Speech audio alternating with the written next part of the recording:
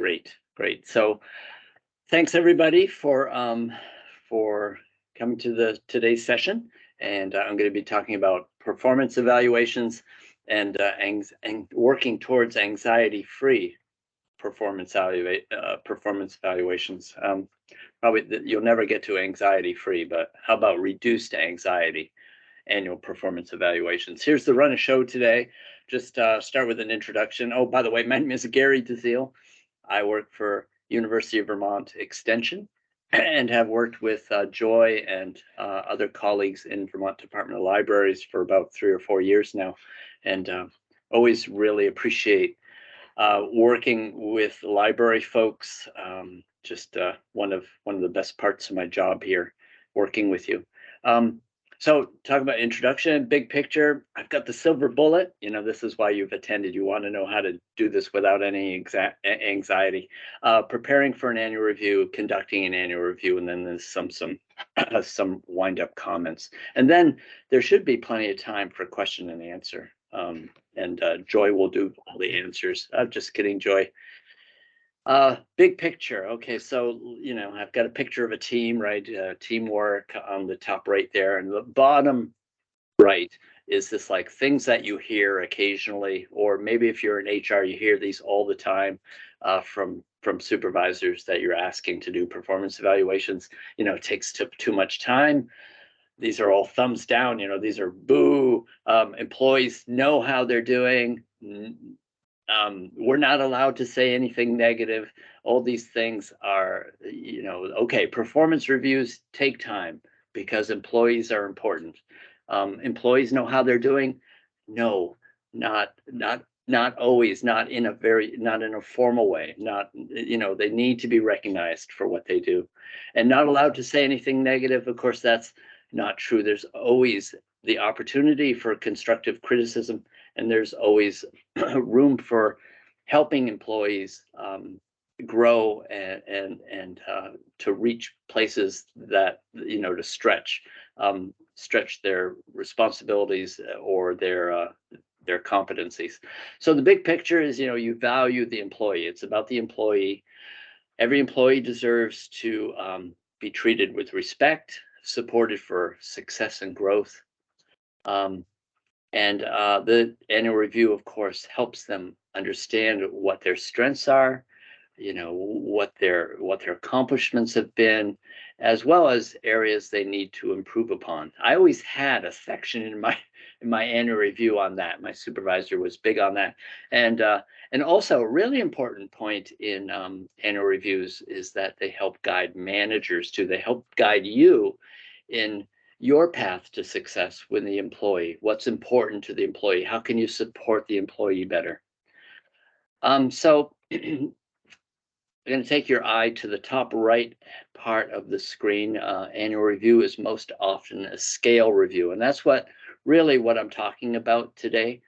There are a lot of different kinds of annual performance reviews. There's 360-degree reviews. There's peer reviews. There's if you do an internet search, you'll come up with all sorts of other kinds of reviews and their descriptions. But what I'm talking about today is a scale review, and this is what you mostly see out there, I think. If you're thinking about what you use as a form, that means that there's a 1 to 5 or a 1 to 4, sometimes 1 to 3, hopefully not 1 to 10. So it's, from poor to marginal satisfactory, or meets expectations, exceeds expectations, is exceptional, those sorts of things. So we help improve the overall performance of the employee, which feeds into the overall performance of the library, the organization. Annual reviews help increase employee engagement and help you identify training needs for the employee, helps the employee identify training needs. And also there's an aspect of this, and this doesn't unfortunately come into play as often as I'd like to see it come into play, because often we're faced with lower across the board percent increases some years, many years, a 2% or a 3%, but it can help guide promotions and pay raises, even if you're only working with, say, a 2 or 3% across the board, or pay increase for your library. It still can guide your decisions on who might get a 3.5% increase and who might get a 2.5% increase. And of course, as I just said, help managers understand how they can help. Here's my silver bullet, and it's not earth shaking. And I've talked about this before. First, well, there is, on the top left, you'll see no surprise zone. So it's really important. This is one of my basic rules of annual performance reviews, is that the employee going into an annual performance review should really have should know what's in there. Going into, there shouldn't be any surprises. Okay, maybe a little surprise here and there, but no big surprises. And that's what you want to avoid. And this is one of the keys to reducing anxiety when you're coming into a annual performance review time. So it's about continuous management. It's about regular employee meetings. So I have this little grid up there on the slide. There's the January meeting, February meeting, there's a monthly meeting. And the annual review is in there somewhere. Some, might be April for you, it might be March, it might be towards the end of the year. And what's important about this is that, and if anybody has any questions about how to structure regular employee meetings, and I'm talking about formal employee meetings, because you probably see your employee every day, right? And I would see my employees or talk to them every day, but would still have a formal monthly meeting, because some things just didn't come to light unless you sat down, were thoughtful about an agenda, and listened and talked about things and reviewed goals. So anybody have any interest in setting up regular employee meetings, the framework, some of the questions, how to set the agenda, just please contact me. But the point of regular employee meetings is that you do review the goals for the performance period. You talk about things that are really exciting to the employee. Really, employee leads the meeting, talks about exciting things that are happening, achievements that they're excited about, and also things that you could help them with. It's also an opportunity for you, if you see where somebody needs a little bit more guidance, or they might have just missed the mark a little bit, that you can give them feedback, constructive feedback during that meeting. At the end of the meeting, you have short written notes, nothing fancy, nothing, unless it needs to be, nothing in great detail, but it notes accomplishments, it notes action items, things like that. And then see if you have notes from, say, 12 monthly meetings in the year. When you go sit down to write an annual review, you've got it there. You're not going to be struggling with trying to remember 11 months ago what was going on, or 10 months ago. You'll have it right there. And believe me, I didn't have these regular monthly meetings when I first started as a supervisor, and coming to annual review time was really seriously draining, because I wanted to do a good job for the employee, and it just took so much work to try to go backwards in time. And also, there's a problem going backwards in time, which we'll talk a little bit later about, some biases that you might face. So you have it all there, and it's just a wonderful thing to have. So this is the silver bullet, really, is continuous management. Okay, so going back to the basics, what is an appraisal? And basically, you have core competencies, and for each core competency, you have a predetermined standard. So both you and the employee know what is being evaluated and what's that standard to like, how do you meet expectations? What's the standard under that core competency?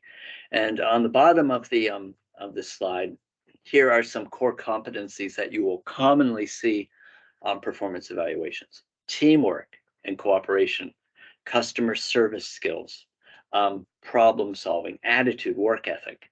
And in the next slide here is an example from a public library. Well, this is Park County Public Libraries. And in the bottom right here, and you'll get these slides, and I'll make sure that this link works. But this is a wonderful document that I found. I don't find you can find all sorts of generic templates for performance evaluations, but this was a really cool Word document that I found, and I think it has like 8 or 10 libraries and their annual evaluation form, which was really interesting to see, because format can be anything, but there are some really common job skills, core competencies. So here's an example from Park County Public Libraries. You've already read this: job skills and knowledge, work habits. Those are the big core competencies, and underneath there are sub competencies: patron services, job knowledge, reliability. And you see the box on the right, I've taken working relationships, and this is the standard that was listed. So under every core competency, there would be a statement: the employee interacts effectively with managers, coworkers, and internal customers. The employee acts as team player, exhibits effective and positive communication skills. So this is the standard. So you as a supervisor, them as an employee, know that if they want to meet expectation, this is what they have to meet. I'm looking at chat. If you have any questions, you could just, oh, thank you, Jeanette. Have any questions? Just put them in the chat, or just raise your hand, or just say something, and we can go there. We've got time. Here's another example this is from the University of Vermont, and I put this in here because core competencies change over time, and your annual performance review form should be a kind of a living document. It's probably an overused word, but you need to review it on a periodic basis. I hope that you have a personnel committee as part of the trustees that will be doing this work. But it's just an example. I'd bring your eye to bullet number 2. This was just added just recently over the last couple of years: civility and cultural competency. This has become vitally important over the last few years, and it is now a core competency at the University of Vermont. This is for staff, employees. Responsibility and dependability. You see the same kind of things being repeated. We also have leadership and management as a core competency for supervisors. Even though leadership is a role that any employee at any level can take. I've seen employees on the lower end of the hierarchy in the university, and believe me, the university has a hierarchy, become leaders within our organization. And that's noted, of course, in their evaluation, in teamwork and innovation, those sorts of things. But supervisors need to be also evaluated on how they are doing managing employees, as well as leading, explaining the vision, living the vision, and getting that mission accomplished through action. Now, UVM, see, you can go into quite detail if you care to. UVM, of course, is a very process-oriented organization, and I'm sorry about how small the type is. I hope that you can see it.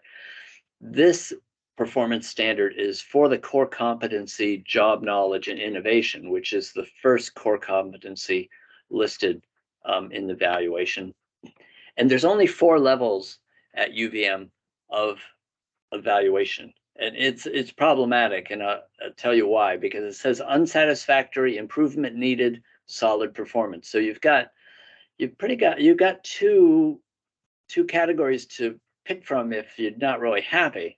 And then it goes from solid performance to exceptional performance, and there's nothing in between. What happens, and I did read, if you're interested in, I can try to find the reference, but a 5-point scale is much better than other point scales in bias.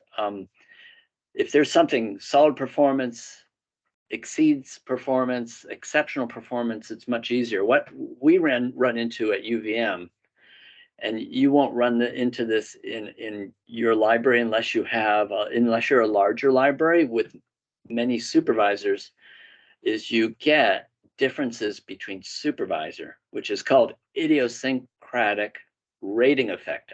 I'm only saying that because you're library folks. Just trying to impress you with my words.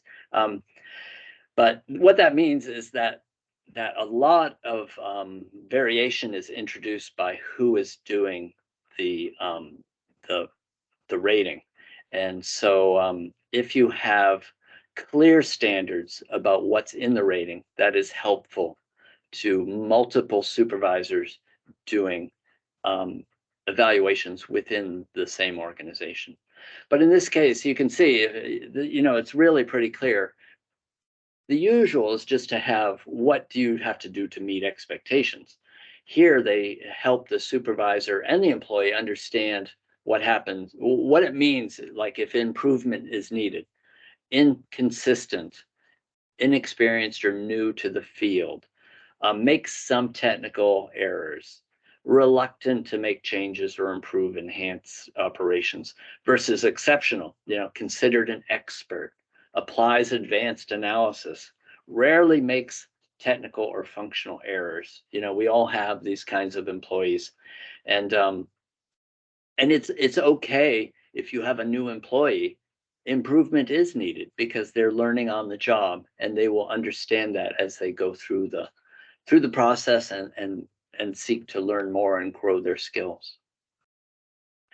So I guess in wrapping this up, to have an effective annual performance evaluation tool, you need those core competencies. You need what the standard is to meet that. And then it would be also helpful to know what kind of things don't meet that standard, or how can you be exceptional in your job. I just should stop there. Are there any? I don't see any questions. Don't see anything in the chat. Are there any questions? I'll stop for a second.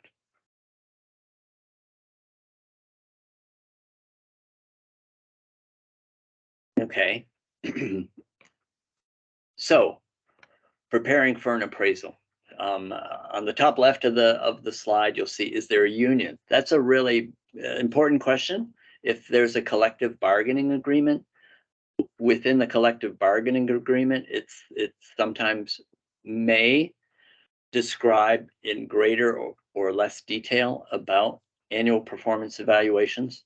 For instance, at UVM, there's a staff union now. It just was voted in last year, and we used to, in Extension, we had 100% evaluations completed every year. We really made it mandatory. But across UVM, it was really hit or miss. Now, with the union contract, in that contract, it says staff will be evaluated. It is mandatory. So if a supervisor does not evaluate, they are out of compliance, set up for a grievance, and could go to the Vermont Labor Board. So is there a union? That's an important question to ask. If you are, make sure that you understand what the requirements are in the agreement. Going to the right of that slide, it's really important that you make this your highest priority, that you set a date far in advance, or reasonably far in advance. So that gives you time to collect your materials that you need. You need position description. Annual evaluations are based on what the position description is for that position. You need an employee self-review if you use a self-review. On the bottom left of the slide, there's a couple questions that you could add. Again, you can search the internet and you can find 90 questions, to ask in a self-review. Just have to figure out what's most important to you if you do a self-review. And as always, be very consistent. So you treat every employee the same. If you require a self-review, have every employee do a self-review. At UVM, I think, or they have been in the past, not mandatory, but encouraged. So I don't know what the status is now. Review previous goals. So you'll have the documentation from your regular formal meetings to fall back on, or not to fall back on, to use.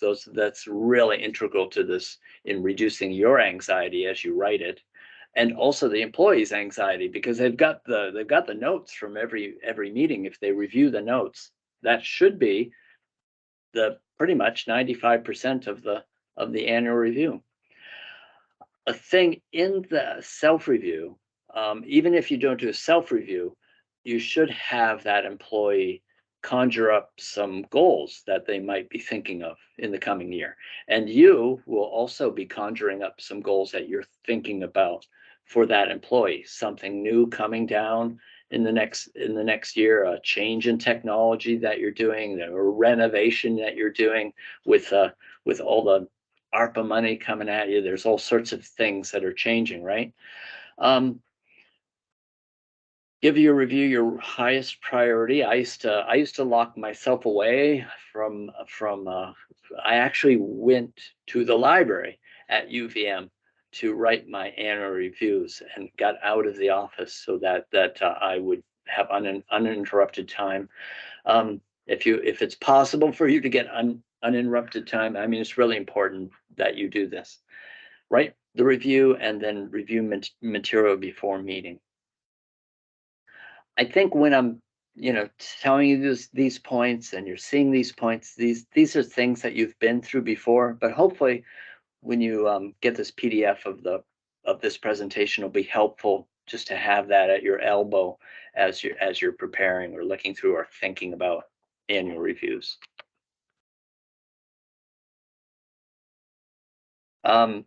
Conducting the appraisal. We talked about the union. On the left-hand side, it's really important to me so that you meet with the employee on neutral ground. I don't know if any of you have had a annual performance evaluation in your supervisor's office while they're at their desk on the other side and you're sitting in the chair that usually, you feel like, oh, I'm getting called to the carpet here on this. So it's really important to meet on neutral ground.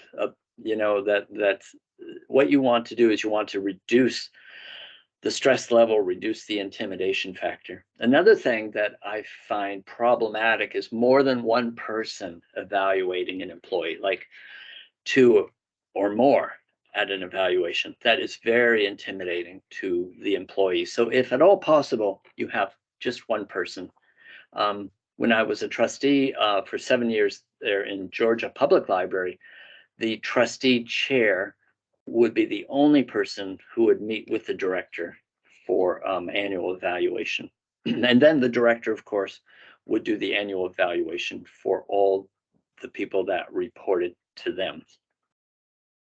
Choose a quiet place where you won't be uninterrupted. I know how difficult that is for some of you, but perhaps it should be a time when the library isn't open where you can be guaranteed of uninterrupted place, because that's just being there, listening is really important.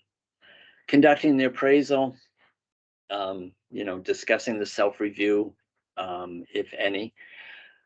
Reviewing the annual appraisal together, what I've done in the past and what developed as I think, just the way I like to do it was we'd go over the core competency, and then they'd see the paragraph that I write, and I just let them read it as much time as they needed, just being quiet. So interestingly, annual performance review time was a fairly quiet time.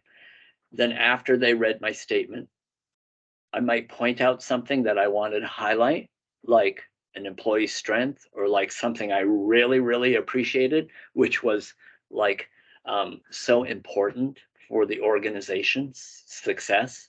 How key it was and what they did to like make a program work, or something really special about customer service or something like that. Providing balanced feedback when they when you give feedback, and I'll show you the next couple slides what I mean. All the job comments have to be job related. Set SMART goals for the coming performance period. I'll talk about SMART goals. And then after the review, follow up on goals, tweak, make changes if appropriate. So there's always, when I met with somebody about an evaluation, it was never a final document, because I wanted to know what I was missing or what I was misinterpreting. So it's important in my mind not to have it set in stone when you have that meeting. Was there a chat? There was, Oh, I had a question, Gary. Do they get to see your part of it beforehand, or are they just reading it for the first time while they're in the room with you and you're sitting quietly?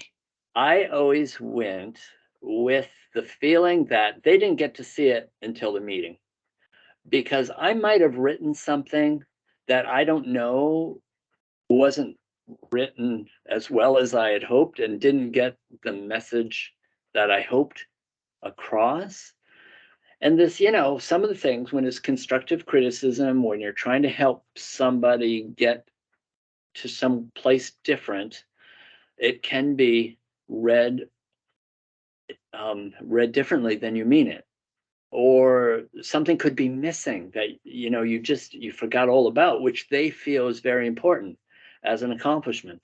So I always, the first time they saw it was when we met.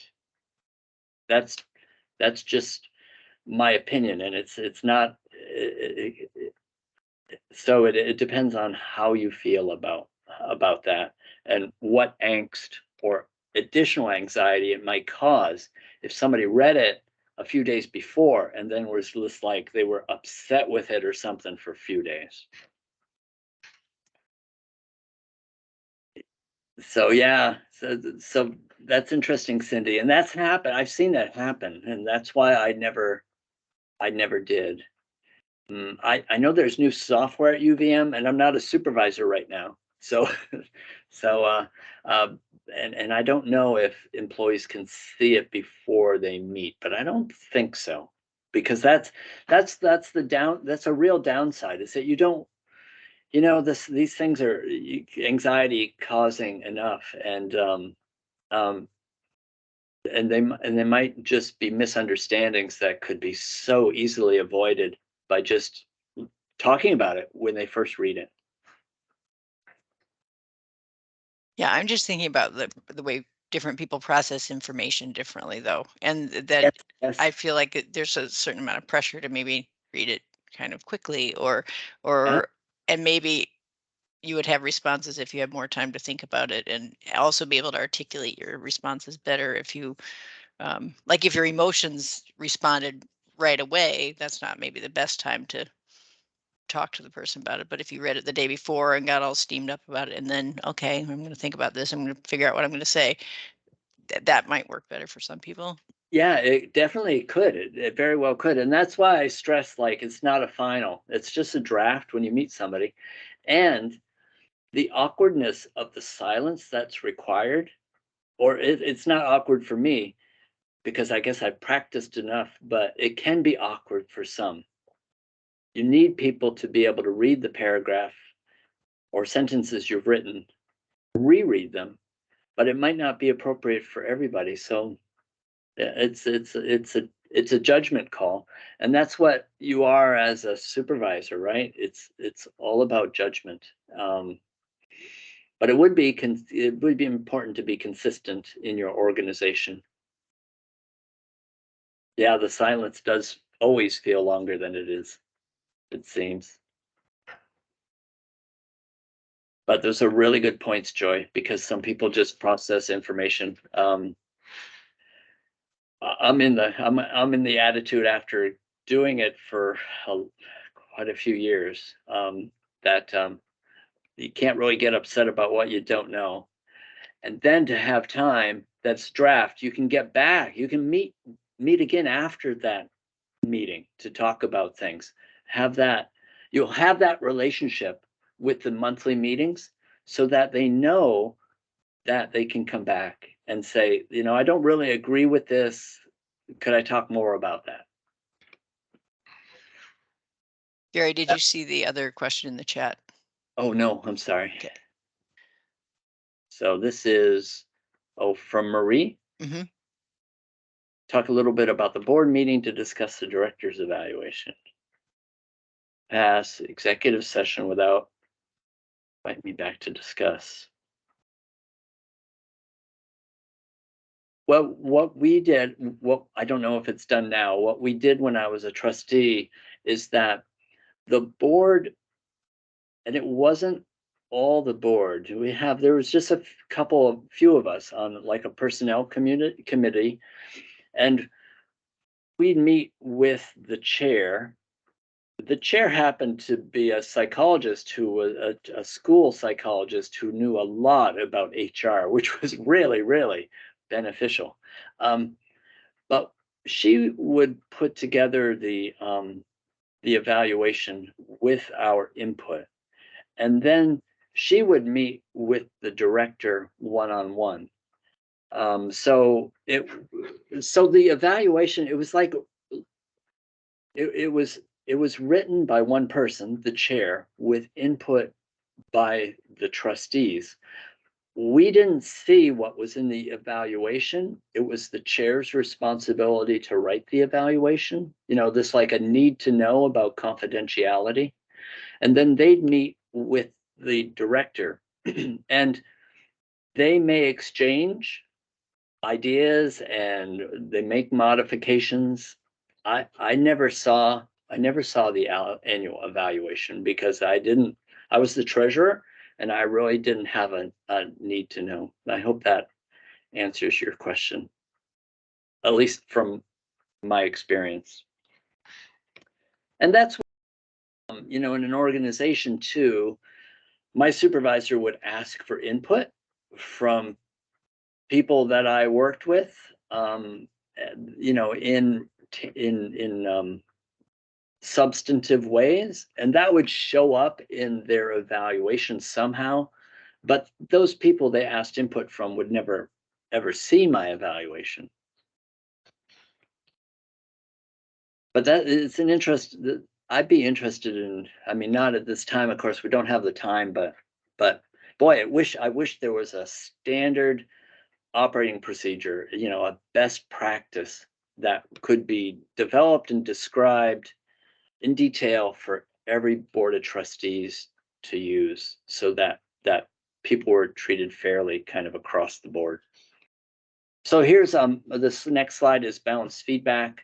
There's an observation, there's evidence presented, there's explain the impact of that behavior, and then a judgment about like a meet standard, exceed standard, needs improvement. And an example here is this isn't helpful, right? If you saw this on your evaluation, your email replies to patrons are unacceptable. You need to improve your responses. So that's not helpful to anybody.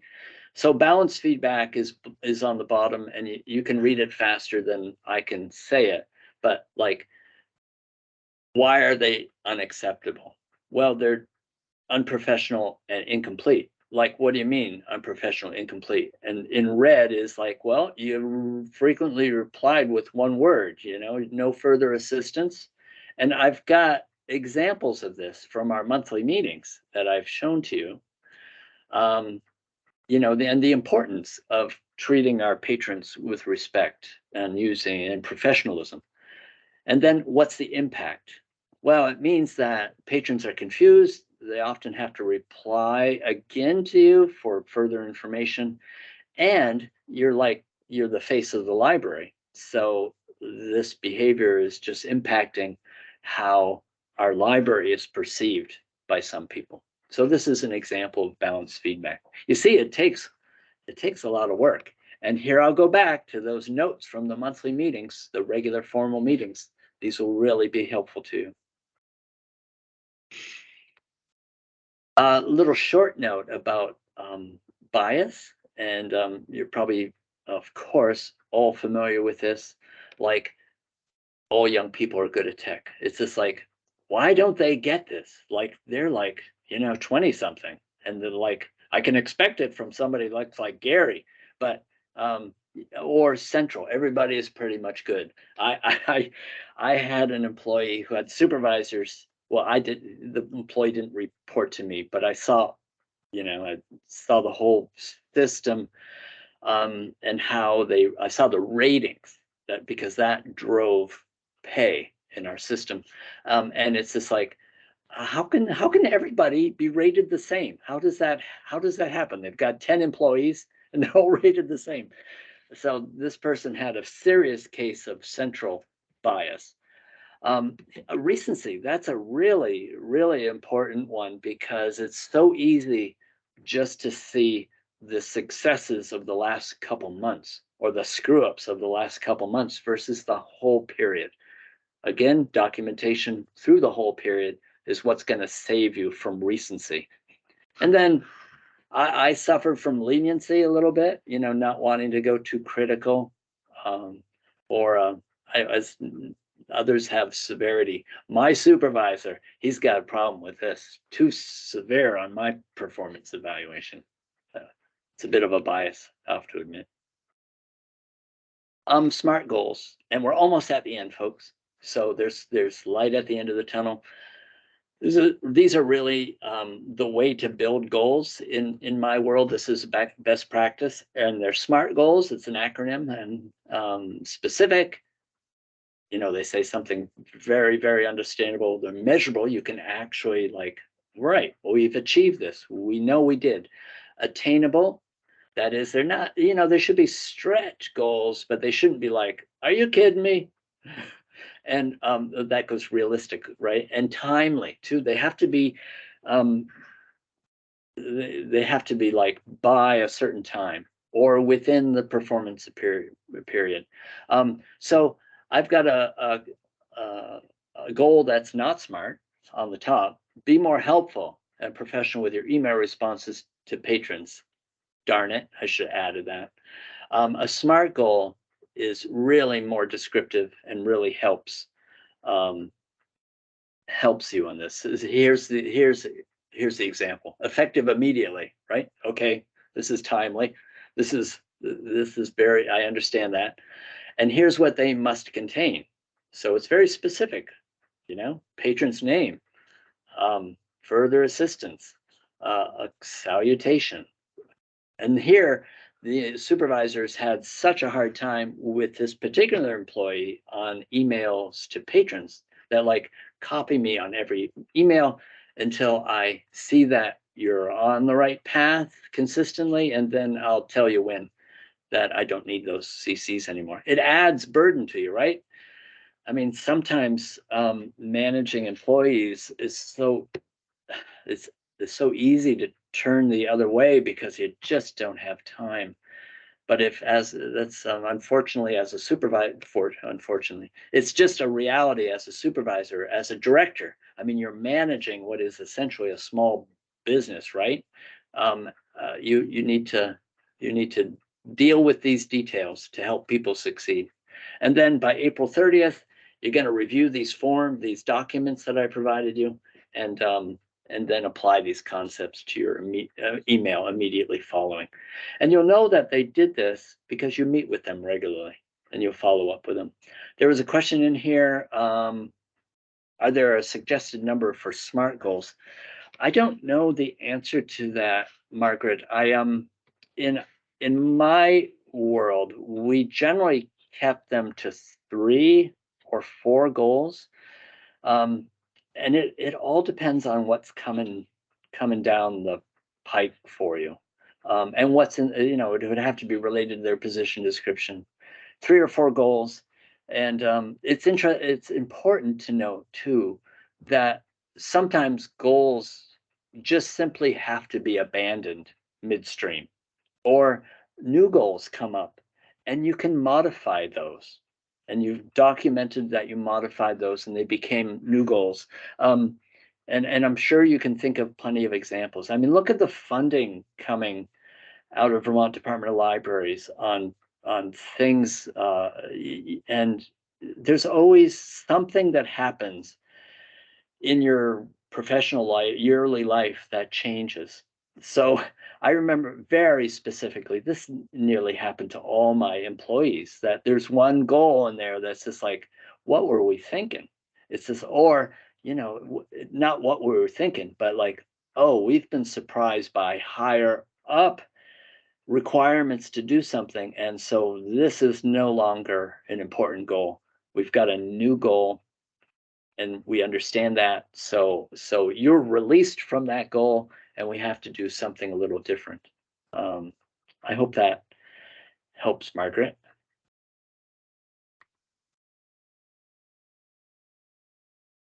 Whoops. And then I'm just ending with a kind of a summary sheet. Reduce anxiety with,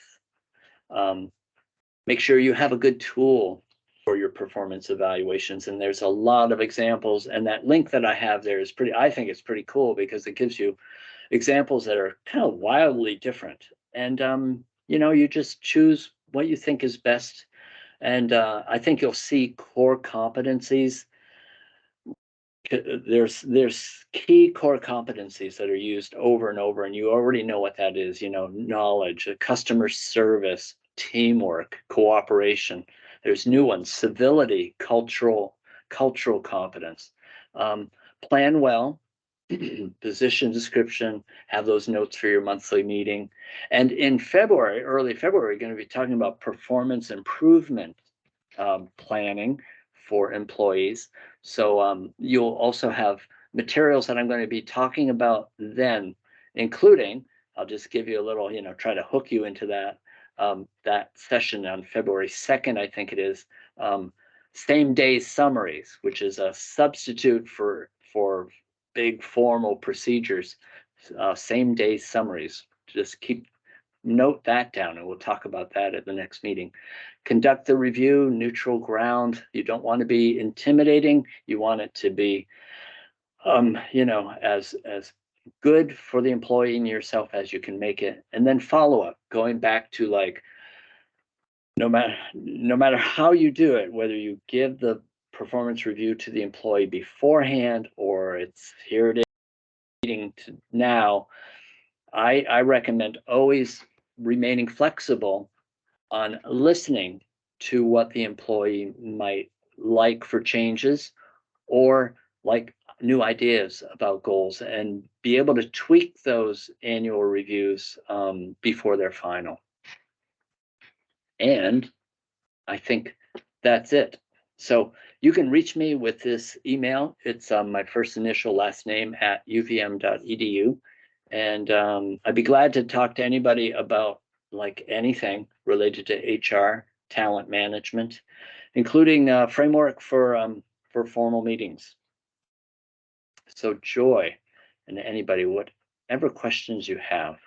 Oh, there's an evaluation that Joy put in there for the workshop. I always fill this out because I have to get the rating. numbers up. Yeah. Did you see that there was a request for those? Is that a form that you have, like for the monthly regular meetings? Is there a template for that, or is that something where someone would meet with you, or is that something you can distribute to me and I can give to everybody? I can distribute. There was one at the meeting that what I'm trying to say, I have a template a document for that I can share with you, Joy. Okay, that would be great.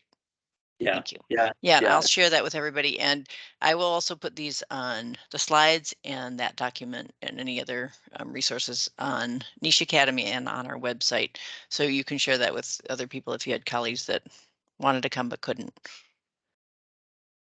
Feel free at this point to raise your hand or put questions in the chat if you have questions, comments.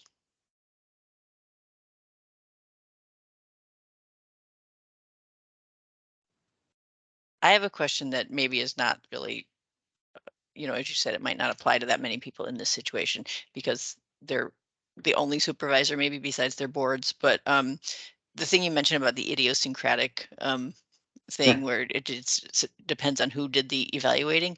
Is there Yeah. any recourse for that? Like, what if you had a situation and you were pretty sure that your supervisor was harder on people than another supervisor is?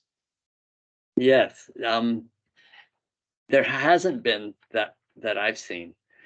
The the the proactive way to reduce that rater effect is by training supervisors in the core competencies and the standards around the core competencies. And I think the reason that we saw in UVM Extension such differences is because we didn't train supervisors. In fact, the HR function at UVM was much more task and paper oriented rather than talent management oriented. So the way to do it, and you can do this in your library, say you have 2 supervisors, 3 supervisors, you go over the forms together. You discuss what that standard means to you. And you document some of the things like what does it mean to exceed this? What does it mean to excel in this? And have that discussion. It's a wonderful thing to have the library, to be in a smaller organization, even though some of your organizations, I know libraries can get quite large, but the average and the median in Vermont is small, is that you can do this. At UVM, it's like trying to rearrange a cemetery, but libraries can train supervisors in talent management, if you chose to. So there are, I think there's hands up. Yeah, Cindy was first. Hi, I just had a question in theory or in, are there laws regarding the confidentiality of a performance evaluation? I'm going to have to get back to you on that because you're talking about a municipality, right? And Right. so what's public knowledge? I don't think that I'm pretty darn sure that it's not public knowledge. And in fact, it should be in your personnel file, and that personnel file should only be accessible by people with a need to know. Okay. And really, who's the need to know? The trustee chair, maybe. Yeah. The personnel subcommittee, but I think it would take like a subpoena, or I don't know. You'd have to be in trouble with the law for something to be released about performance. What if you had a question about your performance evaluation and your supervisor admitted to showing it to another staff member? Wow, that's bad. That's what I think. yes. That is just like, that's so bad. That makes me cringe because right. All right, that's just a theory. Yeah, just theoretically, that's just like, Theoretically. yeah, that's so grievable. Yeah, I think so too. But anyway, all Yeah, right. unfortunately, when something, and it's because, it's challenge, right? Trustees. I mean, I think there's going to be 3 new trustees at Georgia Public Library this election cycle, or 2. It's just like this happens all the time. So every year, like you're running a business, you're running an organization, there are laws, there are best practices, and we don't have the training. Vermont Department of Libraries, I mean, we got Joy, Yeah. we can do 186 libraries. Yeah. So it's quite a challenge. Yeah, it is. Sorry. All right. Thank you. You're welcome, Cindy. Thanks for the question. Thanks for the question. Ah! Well, it's a really good point. I mean, the trustees are not trained in supervising their directors unless they happen to bring that training from whatever their Yeah. profession is or was.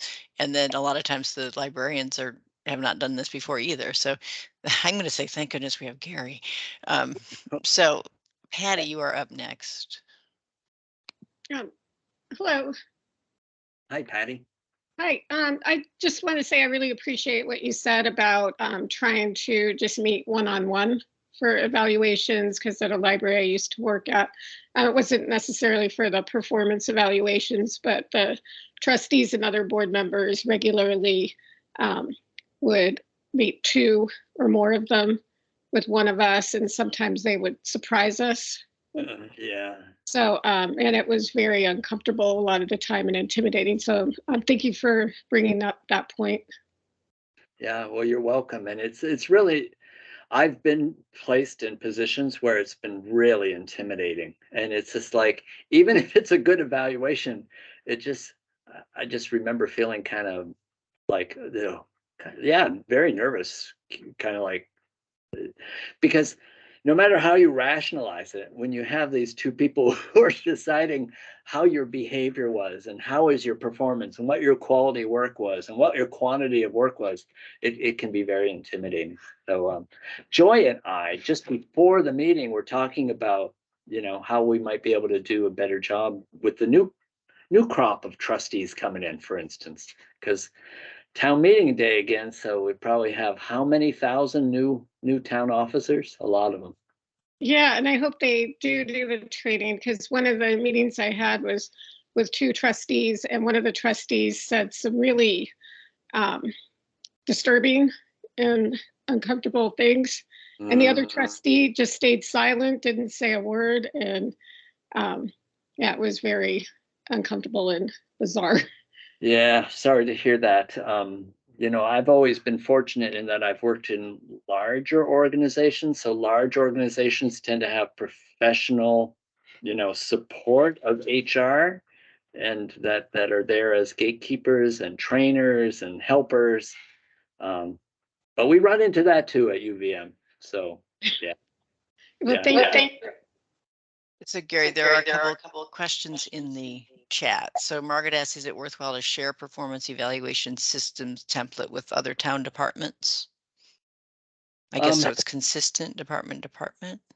Yeah, that's again it's a municipal consistency question. Thinking about it in the core competencies, you can see how the highway department and the library are consistent. Job knowledge, innovation, customer service, but there might be some aspects in the library that differ quite a bit from other departments. I don't know the answer to I don't know how many municipalities have common tools. In Georgia, we didn't use the same evaluation tool as other departments. But it's a great thing to do you could ask the select board, you could ask the other department chairs, the highway person and what other departments you have, like what do you guys use, what do you use for evaluations? It's not a very good answer for So you. I might have misinterpreted or extrapolated from Margaret's question, because Margaret, was it because of consistency, or was it more so like they know what the library evaluation entails? I mean, because I can see the advantage of that too, since they might not really understand. We know that often they don't understand Right. what the responsibilities really are of the library staff. So if they were to see those evaluations, it might be helpful, Right. even if it's not the same. Yeah, I guess it was sort of both, because I think in our particular case, I think it is all the more important for us to be clear about what we do here at the library, and if using the same standards or a template that they already understand, might that be beneficial to saying, look, you have these core competencies and here's how that plays out at the library, as opposed to, I have kind of a very hippy dippy performance evaluation at the moment. So Yeah, so I can see that too, that as a thought leader, right? Your department as a thought leader within the town, willing to share what you do as a template and how you think about core competencies and the standards about that. Yeah, and there are a couple of examples saying that they do in Springfield and Stowe, they do use the same Okay. tool. So that'd be Okay. interesting to sort of get a would you, larger yeah, sense of that. sorry to interrupt, but just wondering if Springfield and Stowe, are you allowed to share those forms? And if you are, we take a look? Thanks. Yeah, I Yeah, would thank you, imagine that. Cindy. Yeah, great. Thanks, Cindy. I would imagine they would be open, property that it's not confidential. It's just a form. So this is how they do it. So, What so about there is staff? one more question before we're kind of running out of, getting near the end of time, but Marie asked, what about staff that report to the library director? Can the trustee chair ask to see those?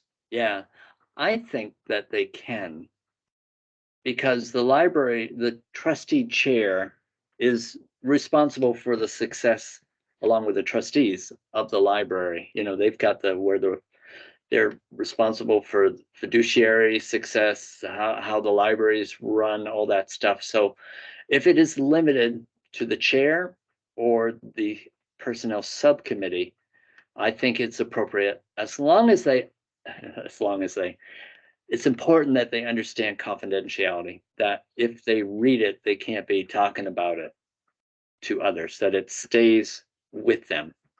And it would be between the director and the chair.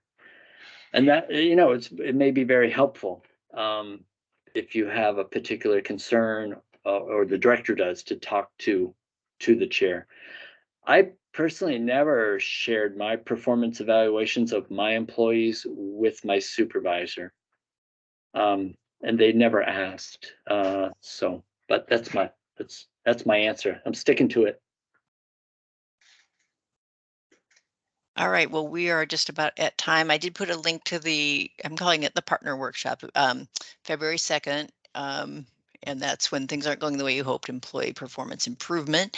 So that's also with Gary at 11 on February 2nd. So thank you all for coming. Thank you, Gary. And again, please do fill out the evaluation form. And thanks for coming. Hope to see you at the next one. Thanks, everyone.